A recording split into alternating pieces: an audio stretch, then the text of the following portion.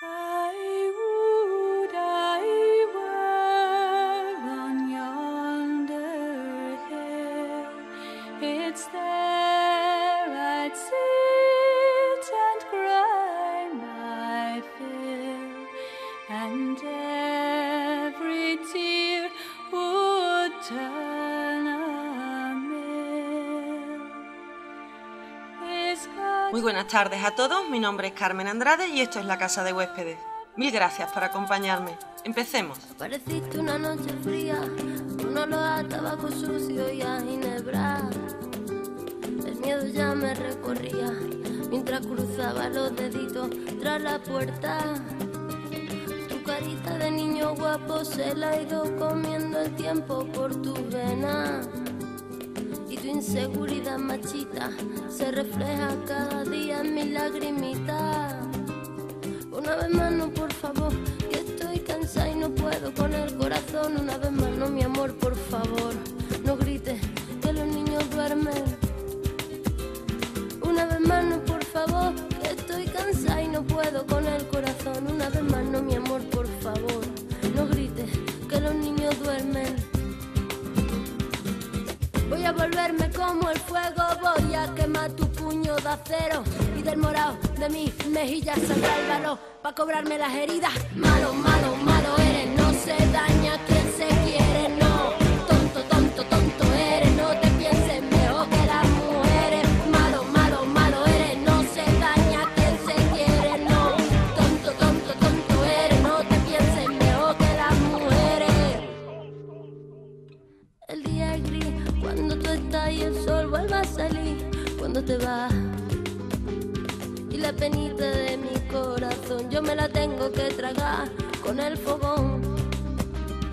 Mi carita de niña linda se ha ido envejeciendo en el silencio. Cada vez que me dices puta se hace tu cerebro más pequeño. Una vez más no, por favor, que estoy cansada y no puedo con el corazón. Una vez más no, mi amor, por favor, no grites que los niños duermen. Una vez más no, por favor, que estoy cansada y no puedo con el corazón. Una vez más no, mi amor, por favor, no grites que los niños duermen. Voy a volverme como el fuego, voy a quemar tu puño de acero, y del morado de mis mejillas saldrá el valor pa' cobrarme las heridas. Malo, malo, malo eres, no se daña quien se quiere, no. Tonto, tonto, tonto eres, no te pienses mejor que las mujeres. Malo, malo, malo eres, no se daña quien se quiere, no. Tonto, tonto, tonto eres, no te pienses mejor que las mujeres. Voy a volverme como el fuego, voy a quemar tu puño de acero, y del morado de mis mejillas saldrá el valor pa' cobrarme las heridas. Malo, malo, malo eres, no se daña quien se quiere, no.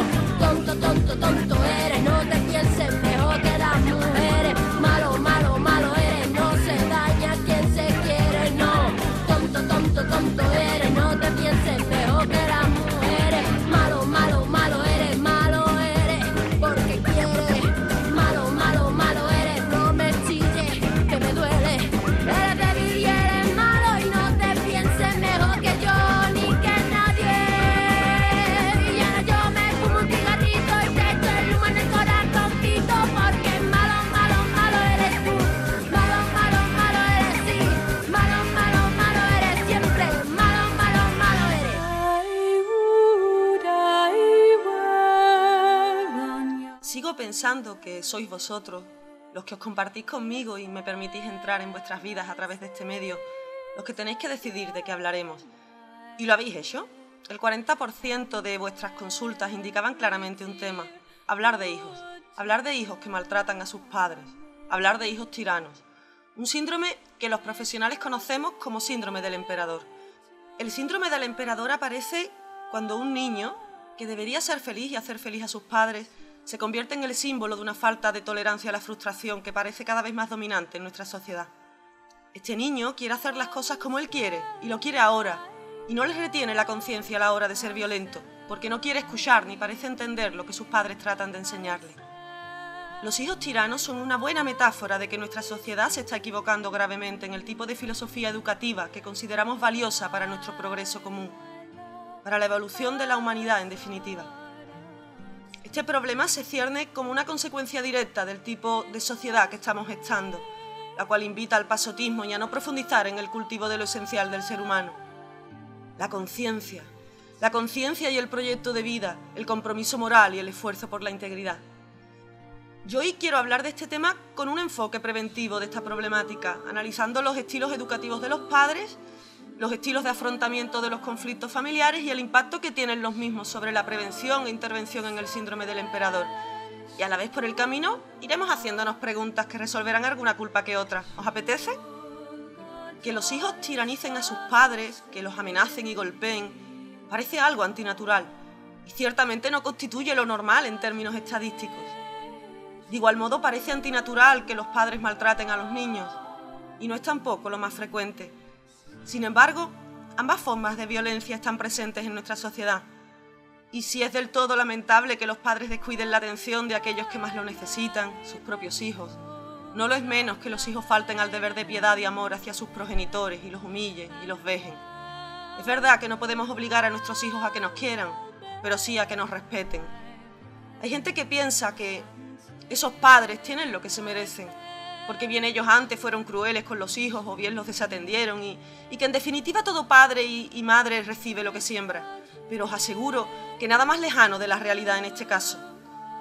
Muchos padres que sufren los avatares del síndrome del emperador son padres entregados a sus hijos y que de ningún modo merecen nuestros reproches, sino nuestra comprensión y nuestra ayuda.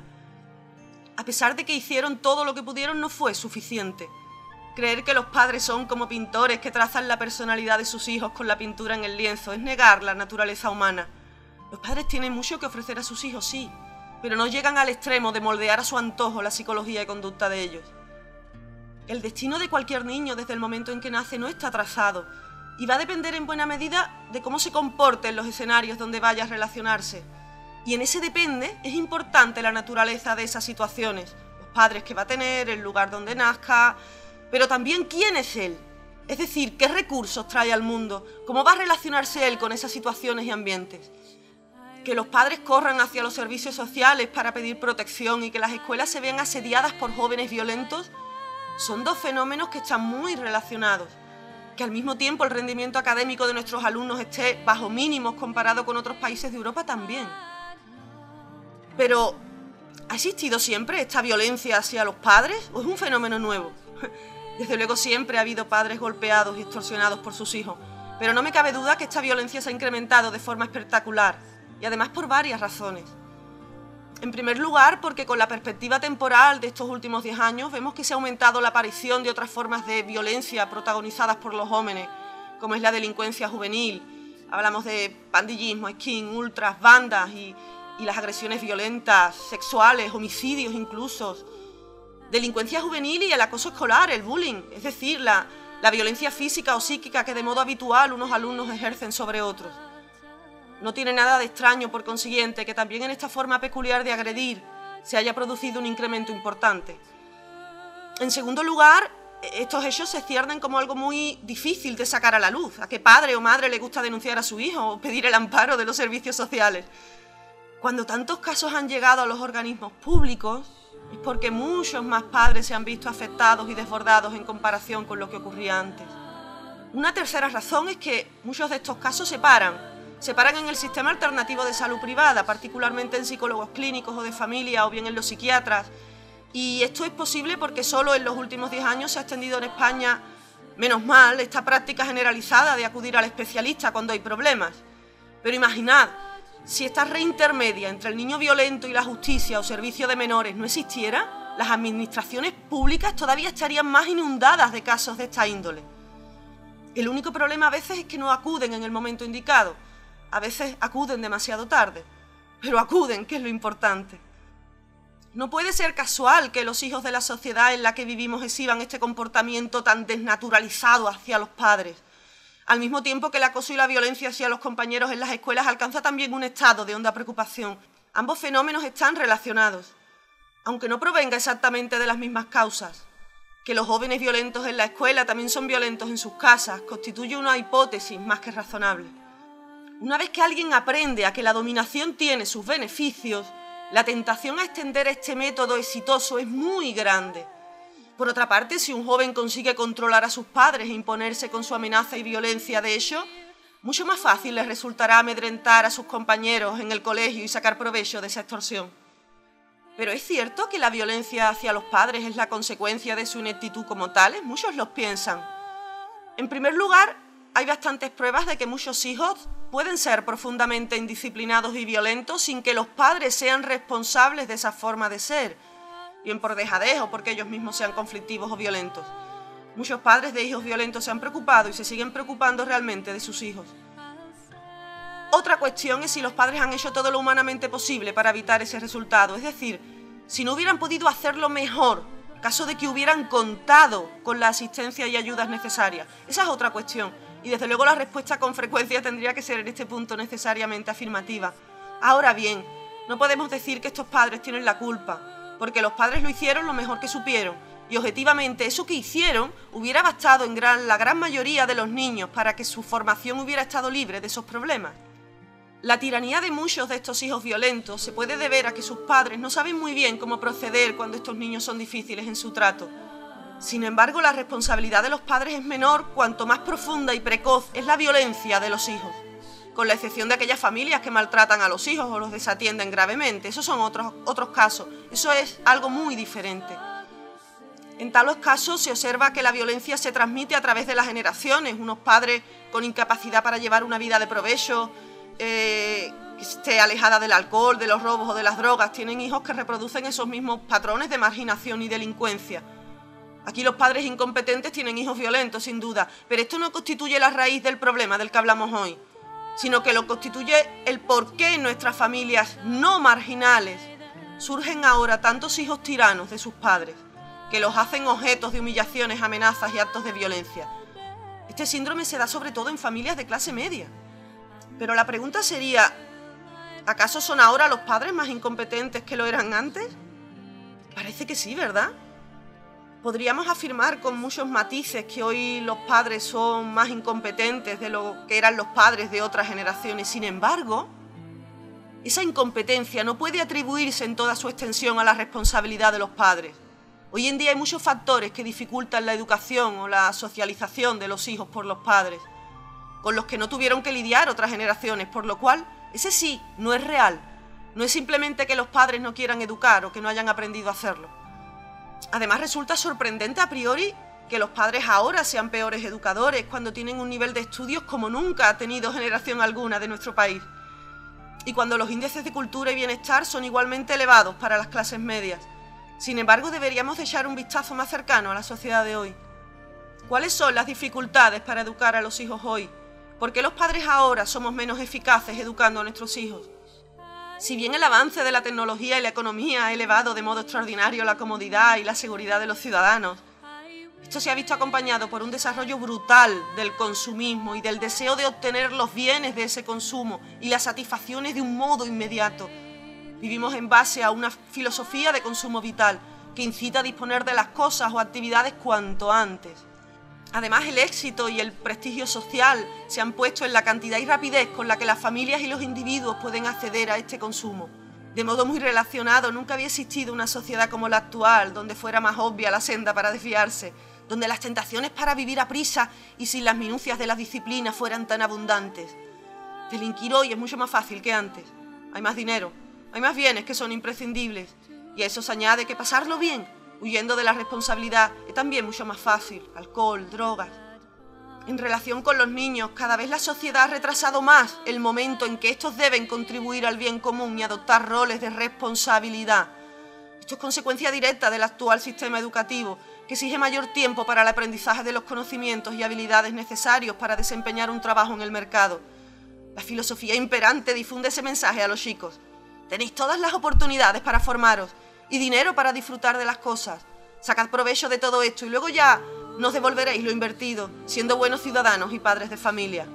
Este mensaje se traduce en: ahora no os exijo nada, luego espero que os portéis bien. Y esta idea no encaja cuando se aplica a muchos chicos que tienen un temperamento difícil o a padres más ocupados o estresados de lo que resultaría aconsejable.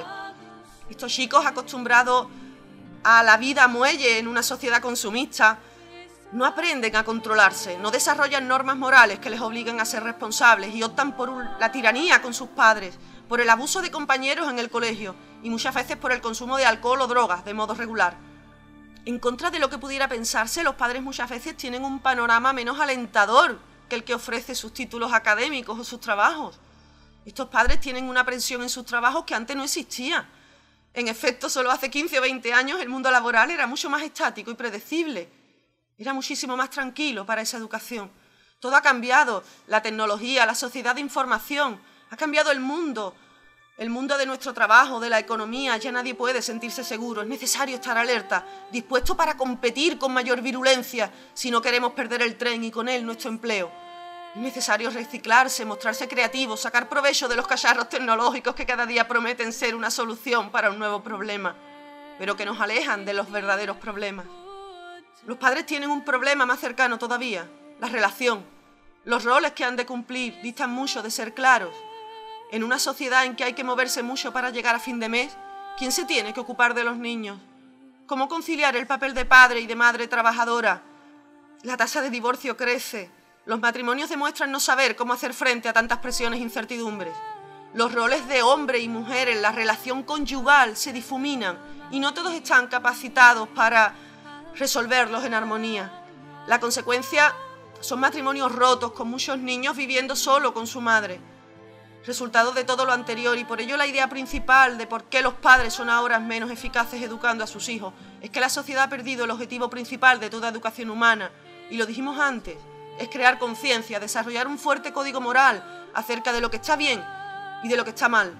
La conciencia, el sentimiento de responsabilidad y de culpa vinculado a un desarrollo pleno de las emociones morales, ha pasado de moda, y obrando de esta manera hemos cometido un grave error. Pero vamos a profundizar más en el síndrome. ¿Qué es el síndrome del emperador?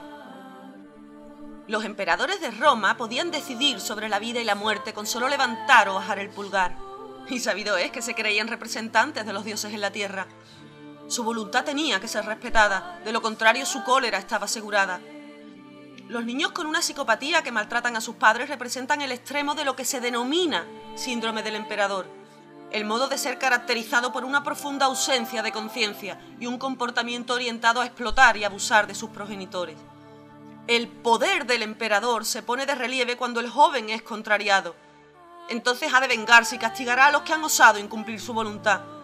Los jóvenes con una psicopatía que maltratan o incluso asesinan a sus padres representan el extremo más negativo del síndrome del emperador. Debemos distinguir el síndrome del emperador del trastorno antisocial de la personalidad. El trastorno antisocial de la personalidad se caracteriza por la ausencia de conciencia. Su diagnóstico exige que la persona cumpla al menos 3 de los siguientes criterios: incapacidad para cumplir con las leyes y normas de la sociedad, engaño y manipulación, impulsividad, es decir, actuar sin pensar en las consecuencias, irritabilidad y agresividad, despreocupación temeraria por la propia seguridad o la de los demás, irresponsabilidad, es decir, huida de las obligaciones, y falta de remordimientos o sentimientos de culpa por haber herido, maltratado o dañado de alguna forma a otras personas.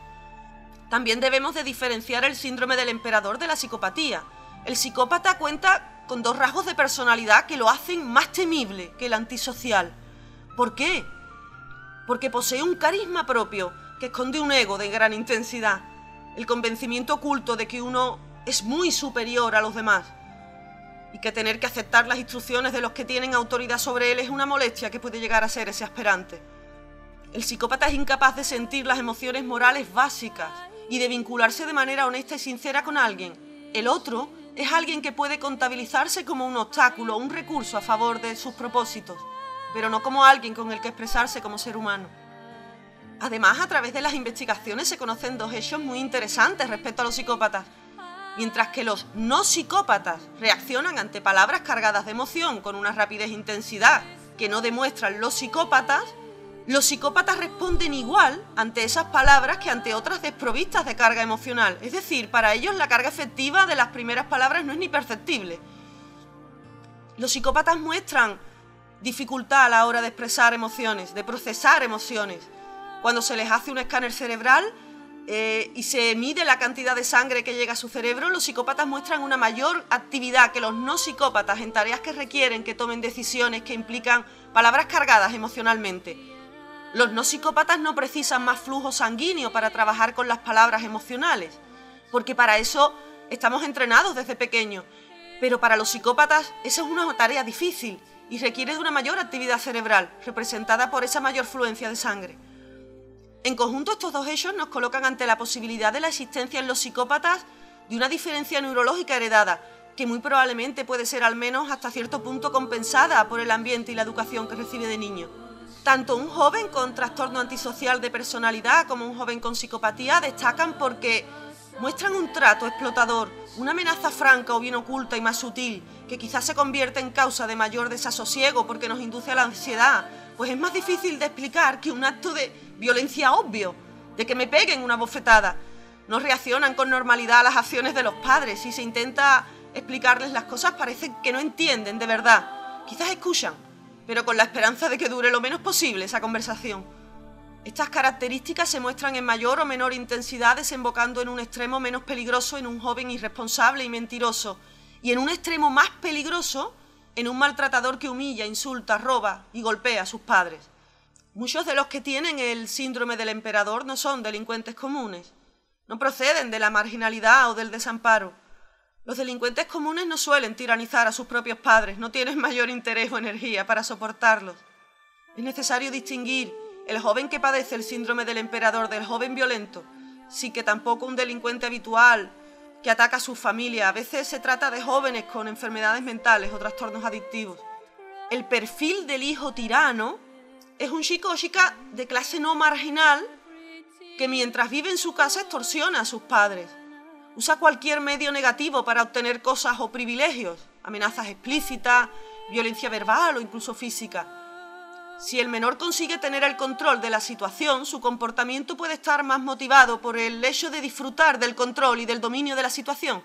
Este joven ejercita en el seno de su familia lo que intentará hacer luego fuera de casa, con miras más amplias y con desconocidos. Las cualidades esenciales del síndrome del emperador son su falta de conciencia, su grave carencia de emociones morales que le impiden establecer relaciones verdaderas con los demás, inclusive con sus propios padres. Son incapaces de amar y cuentan con un pobre juicio moral. Las posibilidades de expresión de este síndrome son muy variadas y van dependiendo del grado en que muestran las siguientes características: violento explotador, irresponsable o vago, delincuente drogadicto, temerario impulsivo buscador de riesgos, encantador seductor o mentiroso y manipulador. Cuanto más profunda sea la carencia de conciencia, más intensa y persistente será la conducta abusiva del que manifiesta el síndrome del emperador, en cualquiera de sus combinaciones de rasgos, porque las cualidades esenciales, el núcleo, forman parte de cualquiera de esas combinaciones con mayor o menor intensidad. La intensidad del síndrome del emperador en lo que respecta a la violencia desplegada vendrá dada sobre todo por el grado en que se manifiestan los rasgos esenciales. Cuanta menor conciencia moral tenga, cuanto más difícil le sea considerar persona a la gente que les rodea, cuanto más lejano esté el eco del vínculo filial en su corazón, más fácil es que estén presentes síntomas de violencia y de explotación. Un hijo muy violento mostrará también un juicio moral muy egocéntrico y le será realmente difícil comprender el punto de vista de los otros, más allá de una palabrería superficial para aparentar lo contrario. Hay evidencias de que los jóvenes tiranos que tienden al aislamiento, que rumian en sus cabezas agravios y humillaciones, son más propensos a cometer acciones muy violentas que incluyen el parricidio o los asesinatos. Los jóvenes que son maestros en la manipulación y en dar una imagen camaleónica pueden abusar, extorsionar y hundir psicológicamente a sus rivales, sin tener que ser necesariamente físicamente violentos. También podemos hallarnos ante una combinación de rasgos, tratándose entonces de un joven que puede resultar inteligente, que no va mal en la escuela, aunque lejos del nivel que puede dar, y que procura no ofrecer un frente especialmente duro en casa. Muchas veces negocia, aunque sus demandas y trampas son tan habituales que los padres resultan agotados y confundidos, con el espíritu por los suelos. Cuenta siempre con una excusa a punto y muestra un fuerte deseo de experimentar el peligro, lo desconocido. Finalmente, el rasgo de vivir de forma parásita es una condición muy habitual entre los hijos tiranos, aunque en sentido estricto es posible rendir en los estudios y mantener una conducta de falta de afecto y de cierta extorsión a los padres. Suelen ser casos de moderada falta de conciencia, que observan que su capacidad de hacer fortuna va a depender mucho que tengan un título que presentar y que puedan trabajar en ello. La convivencia con estos tiranos trabajadores puede ser llevadera si los padres no le imponen muchas restricciones a su voluntad. De lo contrario, las hostilidades son inevitables. Vamos a ver algunas variedades del síndrome del emperador. En primer lugar, tendríamos el hijo tirano envidioso. Piensa que la vida le ha estafado, que le ha privado de cosas y cualidades que tienen otros a los que él ve y trata, y que esa situación es intolerable y que ha de corregirse. La única manera de recuperar su equilibrio es despojar a los privilegiados de sus dones. La retribución, la venganza por esa profunda ofensa que la vida le ha infligido es el motivo más poderoso de su existencia. Las víctimas de estos planes de venganza no saben que son el objetivo de la existencia de los tiranos, ni comprenden la razón de esa inadversión hacia ellos.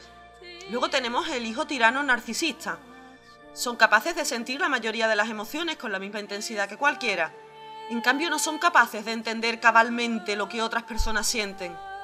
El narcisismo no supone un fracaso de la conciencia, sino de la empatía, la capacidad de sentir y actuar ante la emoción que está experimentando la otra persona. De adulto, el narcisista pierde a la gente que le importa porque no es capaz de responder ante las necesidades emocionales de los que les rodean. Y la gente, harta de sufrir a alguien incapaz de empatizar, lo abandona. Ya hemos visto que estos hijos tiranos son los niños que desde muy corta edad echan auténticos pulsos con sus padres consiguiendo lo que él se propone. Tienen el principio del primero yo, luego yo, y de que él no se tiene que poner en el lugar de nadie, que no quieren recoger las cosas, que se ponen histéricos en la puerta del centro comercial para conseguir sus objetivos, y que poco a poco van convirtiendo esa conducta en patológica. Y a los 7 años tira el bocadillo de queso de la mano de la madre de un manotazo porque lo quiere de chorizo. A las 12 insulta a su madre llamándola tonta. Y a los 13 la llama puta. Y este proceso, de manera muy rápida, tan rápida que los padres a veces cuando se dan cuenta ya no tienen nada que hacer, se va degenerando. Y con muy mal pronóstico. Con 13 quizás alguna noche se escapa de casa. Con 16 amenaza con fugarse y a lo mejor hasta lo hace. Con 17 empuja a la madre porque no tiene limpia la ropa para irse a noche de marcha. Hablamos del niño que veja, que injuria, que es despótico, que humilla. Normalmente siempre a la madre. Esto también tiene muchísimo de violencia de género. Y que además 1/3 de estos niños tiranos son niñas. Esto es algo muy importante. Pero vamos a decir ahora algo práctico, porque lo importante es prevenir. ¿Pero cómo lo prevenimos? Los padres de los niños con carácter difícil, con el objetivo de que estos no lleguen a desarrollar el síndrome del emperador, han de mostrarse en primer lugar competentes, cuidando de las necesidades emocionales de sus hijos desde temprano y superándose en dedicación y esfuerzo en todo lo concerniente a su educación. En segundo lugar, han de ser personas con una profunda conciencia, esforzándose explícitamente por educar de acuerdo con los valores más plenos de la naturaleza humana, fortaleciendo su certeza moral, es decir, la claridad excepcional en relación con lo que esas personas creen que es lo correcto, y también en el sentido de una responsabilidad decidida para actuar de acuerdo con esas creencias, su espíritu positivo y su unidad del yo con unas metas morales también es algo muy importante. Y en último lugar, siendo personas positivas, optimistas, entusiastas y seguras de sí mismas, personas íntegras y comprometidas con sus aspiraciones. Los padres que quieran prevenir la aparición del síndrome del emperador deben esforzarse por desarrollar la conciencia de sus hijos y el sentimiento de culpa de índole moral. Para ello, han de reforzar las consecuencias de las experiencias morales. Tienen que enseñarle de manera específica actos morales. No pueden dejar nunca la autoridad en manos de sus hijos bajo ningún concepto. Deben establecer límites muy claros de comportamientos. Conviene que realicen una detención temprana de cualquier rasgo típico del síndrome del emperador y consulten con un especialista si lo estiman necesario. Y ante todo promoverán la participación de sus hijos en actos altruistas. Los que desempeñan el papel de padres y de madres han de comprender que su objetivo último es favorecer el desarrollo de unas condiciones óptimas para que sus hijos puedan satisfacer y cubrir sus necesidades más básicas. Estas necesidades, según la teoría de la elección propuesta por Glasser, son 5. Supervivencia, libertad, autonomía, amor, pertenencia, poder, logro y alegría. El modo en que la persona elige satisfacer estas 5 necesidades define su identidad esencial. Esa identidad se alcanza como resultado de un puzzle, cuando intenta satisfacer las 5 necesidades nombradas con anterioridad. Vamos a seguir avanzando viendo ahora los distintos estilos de educación que tenemos los padres y su relación con el síndrome del emperador. Se reconoce la existencia principalmente de 4 estilos educativos parentales. Aunque ningún padre suele educar ateniéndose a un único estilo, sí que es normativo que predomine un estilo educativo sobre los demás a la hora de educar a los hijos. Para hablar de ellos vamos a llamar dragón a los conflictos, ¿qué os parece? Así que el dragón es el conflicto. Cuando aparece un conflicto aparece el dragón. ¿Cómo manejamos el dragón? Vamos a ver cómo se actúa cuando el dragón aparece, según los distintos estilos educativos. En primer lugar tenemos el estilo apaciguador. El estilo apaciguador deja actuar al dragón. La idea clave es que los niños son seres únicos y valiosos cuyas cualidades aflorarán a su debido tiempo. Dan mucha importancia a la libertad de expresión verbal y artística. Creen que los niños mostrarán de modo natural tendencias altruistas. Creen que la rabia y demás emociones negativas deberían extenderse como expresiones de la creatividad del niño. Si el niño tiene una rabieta o expresa enfado de forma inadecuada, los padres apaciguadores, los padres con estilo educativo apaciguador, creen que una discusión racional basta para motivar al niño a ser más cuidadoso y responsable. Pueden no fijar límites adecuados por temor a reprimir al niño. Luego tenemos el estilo dictador. Este es la ley del más fuerte. La idea clave reside en que la autoridad de los padres debe ser respetada incondicionalmente. Esperan que los niños obedezcan todas las normas impuestas por los adultos y hagan lo que esperan de ellos. Fijan límites claros. Cuando se infringe una norma, el castigo es inmediato e inevitable. En sus normas no hay lugar a la flexibilidad, la negociación o la respuesta por parte del niño.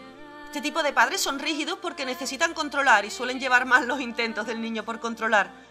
Toman por rebelión todo lo que no es más que afirmación de independencia por parte del niño. No dejan crecer a los niños. Luego tenemos el estilo angustiado. Este es el síndrome de la inseguridad. La idea clave en este estilo es que los padres intentan controlar todos los aspectos de la vida de los niños. No ven más que catástrofes o calamidades por todas partes. Suelen tener mucha ansiedad y se alteran con facilidad. No saben tranquilizarse y sintonizar con sus niños pequeños. Responden con charlas, avergonzando o echando la culpa, por lo que son incapaces de imponer disciplinas. Les da pánico que los adolescentes vayan siendo independientes. Cuando el adolescente se equivoca, el padre angustiado pone el grito en el cielo. El adolescente temeroso de mostrar su fracaso se retrae. Son incapaces de ayudar a sus hijos adolescentes, los sobreprotegen en exceso y en todo momento. Y por último tenemos el estilo maestro, donde el niño puede controlar al dragón. La idea clave se sustenta en dar a sus hijos información, formación y opciones para resolver sus propios problemas, otorgando sensación de control al niño mediante soluciones creativas. Sirven como modelos de referencia para sus hijos y son accesibles a sus consultas y a sus preguntas. Ponen límites a las expresiones inadecuadas de rabia, ponen ejemplos de sensibilidad, nobleza y consideración, fomentan la comunicación directa, toman los problemas como ocasiones de aprendizaje para la familia, fomentan la discusión democrática de las soluciones, predican el autocontrol con el ejemplo. Y ahora la pregunta, después de haber visto estos tipos educativos, estos 4 tipos educativos parentales, sería ¿qué es lo ideal? Lo ideal sería emplear en todas las situaciones en que aparezca un dragón o no, el último de los estilos, el estilo maestro, pues refleja la capacidad de actuar de forma calmada y racional si aparecen conflictos y posibilita la concesión de espacio y autonomía a los hijos. Algo rápido pero importante. Si yo tengo este o el otro estilo educacional, ¿cómo lo corrijo? ¿Cómo voy orientándome poquito a poco a ese estilo que es el adecuado, el estilo maestro? Pues bien, los padres con un estilo dictador se muestran muy propensos a atacar y ser demasiado rígidos, por lo que su objetivo principal en el proceso de cambio hacia un estilo maestro sería aprender modos colectivos de resolver los conflictos que se generan en su familia. Los padres con un estilo apaciguador no deben disculpar ni tolerar los estallidos de cólera o rabietas de sus hijos. El objetivo primordial sería aprender técnicas efectivas de disciplina. Los padres con un estilo angustiado se ven dominados en cada situación por la indecisión y la necesidad de poseer mayor información, por lo que les resulta muy difícil tomar decisiones en pleno conflicto. En este caso, su objetivo principal en esta transición hacia un estilo maestro sería aprender a actuar con decisión. Pero no paramos de hablar de conflictos, de resolución de conflictos, y además estamos hablando del dragón, ¿no? Que es cuando surge el conflicto. Cada familia tiene un estilo de afrontar esos conflictos. Vamos a ver ahora qué relación tienen con el síndrome del emperador estos distintos estilos y cuáles son los estilos familiares típicos en resolución de conflictos. Ante la aparición de un problema o conflicto, ya lo sabéis, nuestro dragón, cada familia adopta un estilo diferente. Este es más amplio, pues no solo se refiere al estilo educativo de los padres, sino a la actitud que adopta toda la familia en su totalidad. Y también es más concreto en el estilo educativo de los padres, pues solo se emplea ante la aparición de los conflictos. Podemos diferenciar 5 estilos familiares típicos de resolución de conflictos y su relación con el síndrome del emperador. El primero de ellos sería evitarlo. El dragón es un secreto. Los padres no ayudan a sus hijos a reconocer y aceptar sus propios sentimientos. Se impide que los niños aprendan las habilidades básicas de la negociación y el compromiso. La familia está demasiado ocupada en fingir que todo va bien. Los niños de estas familias aprenden a tratar las tensiones y las dificultades de las relaciones humanas solo cuando alguien de fuera de la familia les enseña a hacerlo. Luego tenemos el de ataque. Matemos al dragón. La familia está continuamente al borde de la crisis. Estos padres no controlan su propia cólera, ni lo que los demás hagan o digan cuando ruge el dragón. Los miembros de la familia se sienten heridos y hieren a la vez. Los hijos se sienten heridos y coléricos y creen que la venganza es la única manera de resolver el conflicto.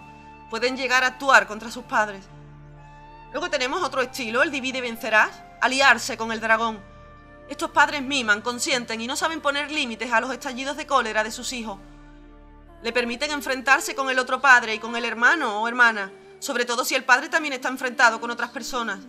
Impide que las familias resuelvan sus diferencias y problemas. Ante el menor pretexto crece la animosidad y estalla la guerra. Y luego está el otro estilo, paralizado por el miedo y la angustia. Analicemos al dragón. Analizan y vuelven a analizar el significado de todo, sentimientos incluidos, buscando compulsivamente los porqués. Los árboles impiden ver el bosque. No se suelen tomar decisiones por si acarrean males mayores en el futuro. Los niños de estas familias son poco prácticos a la hora de resolver conflictos o evitar que los problemas se repitan. Y luego está el último ya. El último estilo de resolver los conflictos. La oportunidad de cambiar. Enseñar al dragón a controlarse. El conflicto y la cólera no tienen por qué desembocar en hábitos destructivos. La energía que proporciona la rabia puede servir como promotora del cambio. La culpa puede ser sustituida por la responsabilidad plena. Los ataques pueden transformarse en expresiones asertivas de necesidades. Los contendientes pueden establecer una tregua y cooperar. De estos 5 estilos, el más operativo y efectivo ante la aparición de los dragones es el último. La oportunidad de cambiar, enseñar al dragón a controlarse. Pero llegados a este punto, ya sabéis que a mí me gusta ser práctica. Y ser práctica también significa resolver los posibles problemas que podamos tener en la realidad, en la vida diaria, en la cotidiana. Y ese problema, uno de los grandes problemas, ocurre cuando los padres no pueden ponerse de acuerdo, cuando es imposible que adopten un estilo común de cara a educar a ese hijo. Y es que cuando los padres no coinciden en su manera de enfrentarse a los conflictos o problemas o en el modo general de educar a sus hijos, deben en primer lugar hablarlo y en segundo lugar apoyarse en todo momento. La educación de sus hijos es una obligación de los dos, una obligación que ha de ser compartida y ponderada en todo momento. De forma más pormenorizada ante discrepancias en el estilo educativo, a inferir o en el estilo familiar de actuación ante los conflictos, ambos padres han de apoyar las intervenciones, no violentas, claro, de la pareja, aunque uno hubiese actuado de forma diferente. Luego, sin el niño delante, puede hablarse de cómo tratar situaciones semejantes en un futuro. Deben concentrarse en los estilos de manifestación de la cólera y solución de conflictos que quieren inculcarse a los hijos. Ahí es donde tienen que ponerse de acuerdo. El objetivo es atender las necesidades del niño y respetar los estilos de ambos padres. Si no hay acuerdo entre los padres, se debe proteger al hijo de conflictos destructivos e insolubles. En una situación ha de elegirse, ¿debe asumir mayor responsabilidad uno de los dos o es necesario pedir asesoramiento al respecto? A veces acudir a un profesional a tiempo puede literalmente cambiarnos el destino. Bajo mi punto de vista, el síndrome del emperador debe ser combatido por todos los que componemos la sociedad, desde el rol que desarrollemos en la misma. Padres, profesores, psicólogos, pedagogos, tenemos la obligación de proporcionarles a los hijos, a nuestros hijos, a los niños y a los adolescentes, un marco donde pueda posibilitarse la satisfacción de sus necesidades más básicas y afectivo-emocionales, y que en dicho marco de comprensión aprendan a resolver sus conflictos sin tener que llegar a comportarse de un modo inapropiado. Los padres deben intentar adoptar en todo momento un estilo educativo maestro y a la hora de solucionar los conflictos que surjan deben asumir el estilo familiar de oportunidad de cambiar. Es su obligación intentar proporcionarles a sus hijos un marco idóneo para que cubran las necesidades de las que hemos hablado. ¿Qué más cosas podemos hacer los padres? Debemos lograr un buen apego emocional con nuestros hijos. Debemos desarrollar en ellos desde el principio al máximo los sentimientos morales y su conciencia. Hacerles participar en actividades de ayuda desinteresada, dándoles de esta forma oportunidades para que practiquen los hábitos morales y su conciencia. Debemos exigirles esfuerzo en sus vidas para que logren las recompensas correspondientes, orientarles a reflexionar sobre las consecuencias indeseables de sus actos en los otros y en ellos mismos. Educar hoy en día supone un reto mayor que en antaño. Por ello debemos trabajar en ayudar en esa tarea importante que en cierta medida es responsabilidad de todos, como agentes sociales que somos. Porque para cambiar el mundo tenemos que empezar por ese pequeño trocito de vida que Dios nos puso en nuestros brazos y nos dijo: ¡hala! Ahora os toca a vosotros. Hombres y mujeres debemos encontrarnos. Debemos de ir más allá de lo que los medios nos dicen para tontarnos y comprender que el futuro y el destino puede ser esculpido completamente por nuestras manos. No somos nada y lo somos todo. Y demasiado tiempo le he robado hoy a Loren, así que me despido de vosotros con prisa.